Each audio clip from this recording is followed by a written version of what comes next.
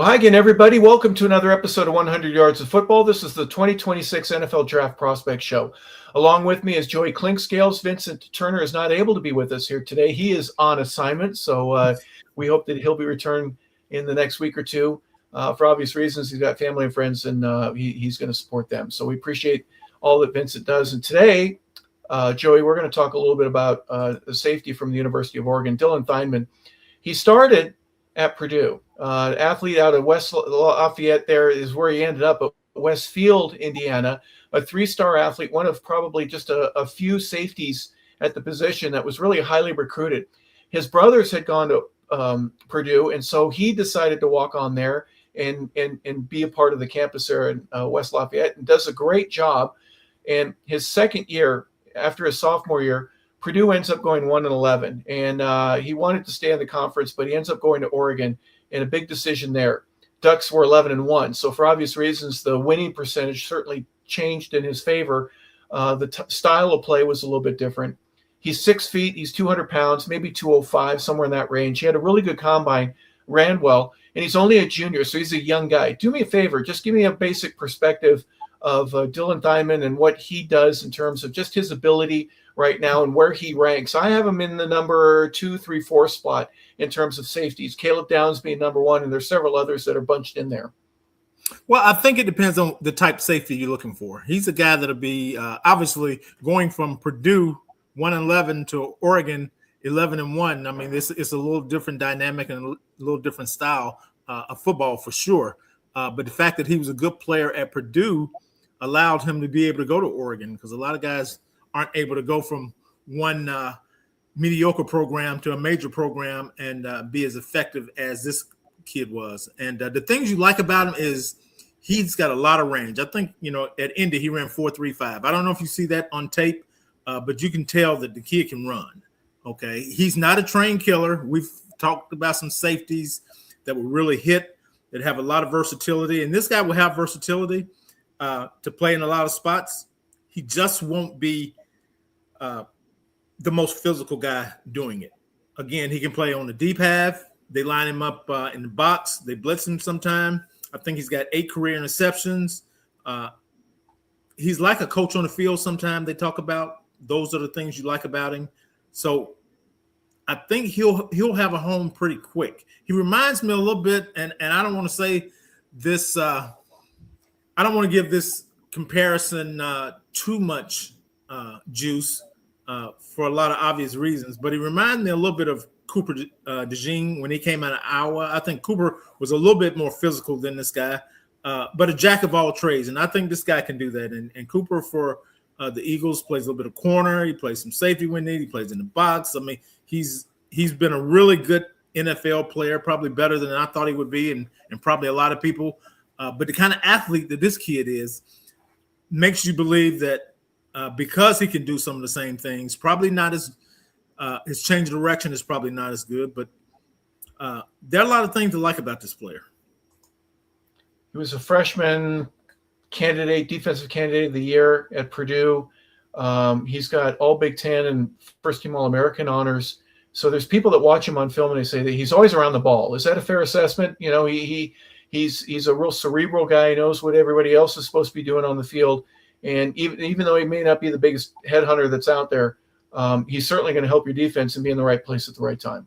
Absolutely. And I say that about being the most physical and headhunter. You don't have to do that in today's football, okay? There's not a point in time where they're going to ask him to be a tone setter, to go and light somebody up. That's just not the way football is played today. But he is a guy that sees the field well. He knows where he's supposed to be. He knows how to get others lined up. He's always around the ball, even if he's not making the tackle, and he's made some tackles, and he's missed tackles like all the guys have done. But there are a lot of things to like about this player, especially from the neck up, and the fact that he can run and he'll be able to cover tight ends going down the middle of the field. He'll be able to cover a slot receiver if needed at times. He'll be able to walk up on the line of scrimmage and blitz because he's got some short area quickness. And again, the kid ran 4.35 at Indy. So, and I think he bench pressed 18. So he's not, there are a lot of parts of his game that he has to improve. But just from a baseline perspective, he's got a lot of things that you're looking for. Well, his 40 time was one of the top ones there for the position. The vertical at 41 inches, that was in the top as well there at Indy. His 10-yard shuttle was great. His broad jump was 125. Great numbers that you would be happy to see if he's on your team. Mm-hmm. But that isn't going to make him the automatic starter. One of the things that I liked is the story about him going from Purdue and Dan Lanning seeing him and just basically swallowing him up at the portal entry when he was able to go there in a bigger program. You kind of mentioned at the outset, going from a bottom tier Big Ten team to one that is going to be playing in the playoff. The preparation there. The story is that he's there. He's the first guy there every day. Gets up at 5:30, 6 o'clock. He's ready to work out. So he's really committed to what he's doing. I think that's very impressive, and the numbers certainly support that. With the number of tackles, the pass breaks up, the interceptions, he seems, like I said, to be around the ball all the time. Again, to watch him play, he does a lot of good things, and he was a little bit difficult to evaluate at times because he was a deep safety at times. He was in the box at times, depending on the scheme. You saw him blitzing, you saw him in space. He was almost like a weak side backer at times. So they did a lot of things with him, which are a lot of schemes that they use in the NFL, especially with safeties that they feel like are, one, very cerebral, smart, two, can see the big picture, get everybody else lined up, and three, has the opportunity to not only cover on the slot, if needed, but cover tight ends. And he played better in zone. I didn't see a lot of man-to-man snaps with him, but given his explosion, his straight line speed for sure, his awareness, I think he'll have a chance to increase his role in the National Football League and really have a chance to be a really good player. When you trail somebody in man-to-man coverage because of the speed, I think it gives you a little bit more confidence to be able to kind of stay back a little bit and wait. Do you see any of that corner and DB jump that a lot of guys have where they'll break from a route because they think the quarterback's going to throw it? And they'll make mistakes sometimes, guessing wrong. Is there a tendency for him to do that? Or is he more of a guy that, I've got the ability to catch up to just about anybody? Maybe not Gronk, a guy that big, a tight end going down the middle. But because he's got the speed to stay with him step for step, that's one of the reasons I think I'm asking the question is, he might have a different technique than some of the other guys. He doesn't need to jump around because he's fast enough to be able to run with just about anybody. Right, and it depends on the scheme. I mean, some defensive will have him playing on the receiver or tight end's hip. That way you're protecting the back shoulder throw, which he may be susceptible to. And some will have him running with the guy or playing on top. But when you do that, then you're talking about 50-50 balls. And again, he's just 6 foot tall, but he did have a 41 and a half inch vertical. So that plays in his favor, but it's hard to have that vertical when you're running versus a guy that's 6'4", 6'5". He's a tight end or a wide receiver. So scheme, he'll be scheme dependent from some aspects of his game, but he's a really good football player. And again, he's tough. Even if he's not the most physical guy, he is tough. He's willing. He's a willing tackler. He's not afraid to put his head in. I mean, there were a couple times, especially in the Indiana game on the goal line, the running back kind of ran over him for a touchdown. And that's going to happen to a 200-pound guy. He's not a 230-pound guy. That's going to happen to a 200-pound guy trying to fill a hole like that.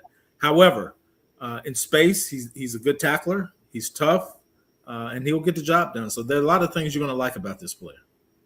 All right, give me a couple things that you may not like. For example, because he's a little bit light, man-on-man, one-on-one against a running back at the goal line, he might lose that.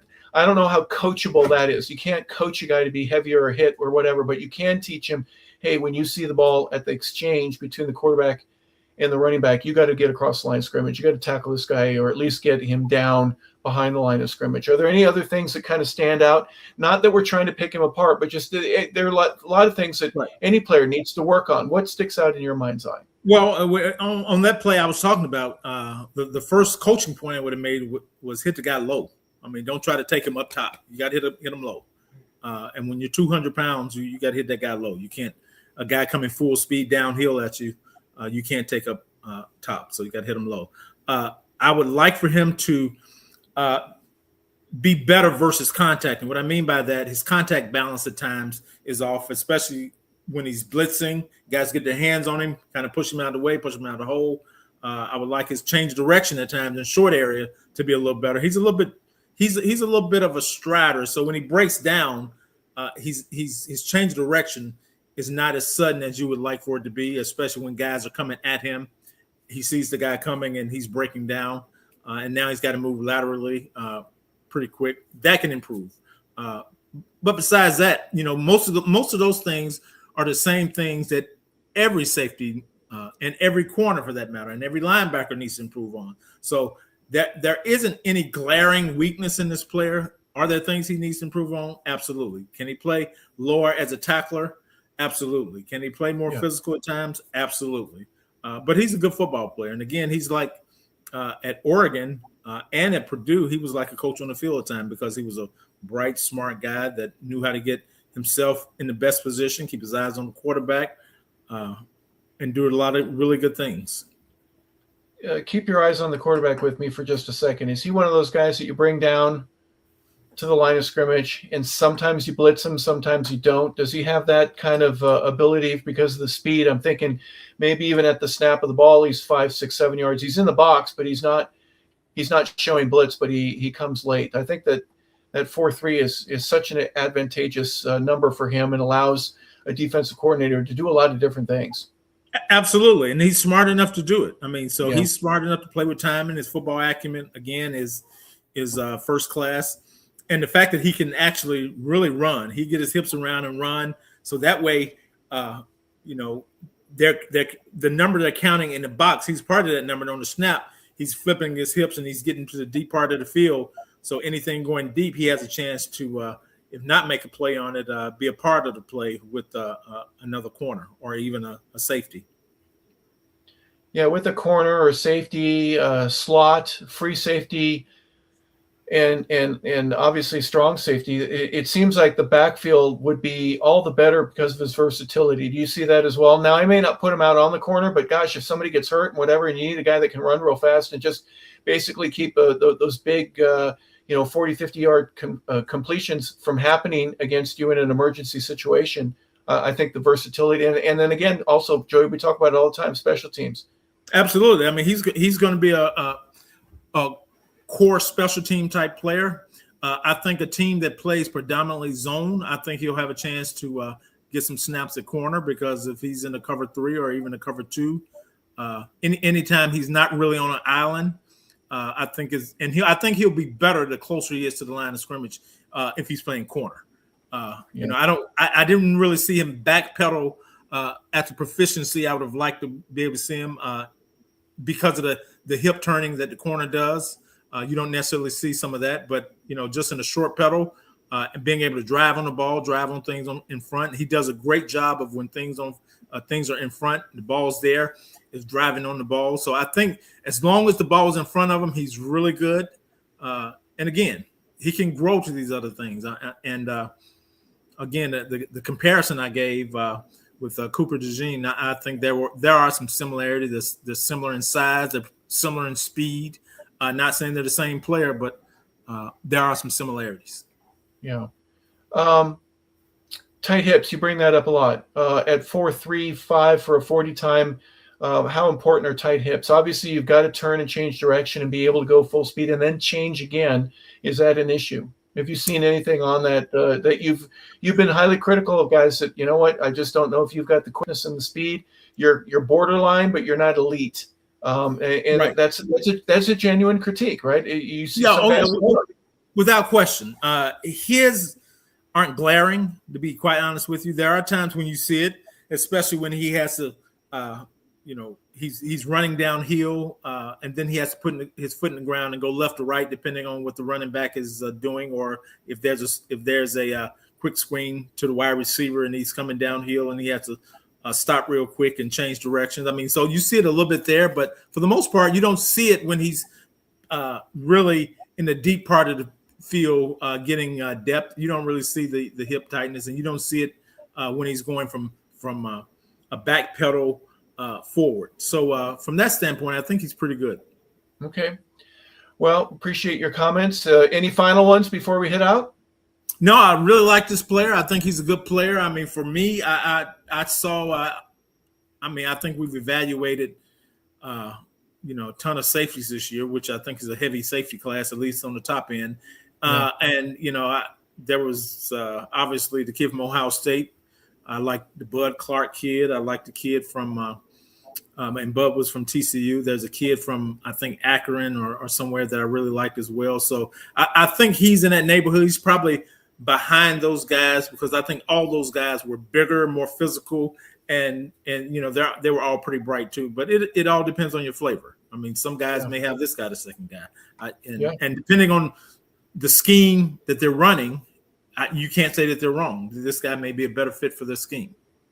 Yeah, be interesting to see how a young man that out of Indiana, 3-star athlete, goes to Purdue, is there for 2 years, kind of sees the writing on the wall and changes and goes to a program. And after one and done, he's declaring himself eligible for the draft as a junior.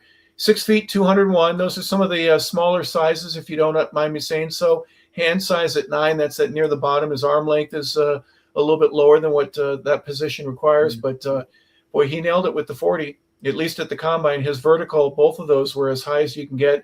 His 10-yard shuttle, his span, his broad jump, his bench was right there in the middle, just slightly above average, as you mentioned, Joey, with 18. It's Dillon Thieneman, junior from University of Oregon, and he's one of the top prospects here as a safety from the University of Oregon, even though he's from Westfield, Indiana, that we want to talk about here on 100 Yards of Football. So this has been our 2026 NFL Draft Prospect Show. For Joey Clinkscales, I'm Harper LeBel. We want to say thank you to Vincent Turner for putting the show together in the first place. We're sorry he wasn't able to be with us. If you like the show, please like and subscribe. We appreciate it. Tell a friend and come on back. We'll be talking about players here for the remainder of the month. The draft is just 3 weeks away, folks. It's coming very quickly. So these are our opportunities to get to talk about some of the top players, first, second rounders that are going to be a part of the 2026 draft. So for Joey Clinkscales, I'm Harper LeBel saying thank you for tuning in.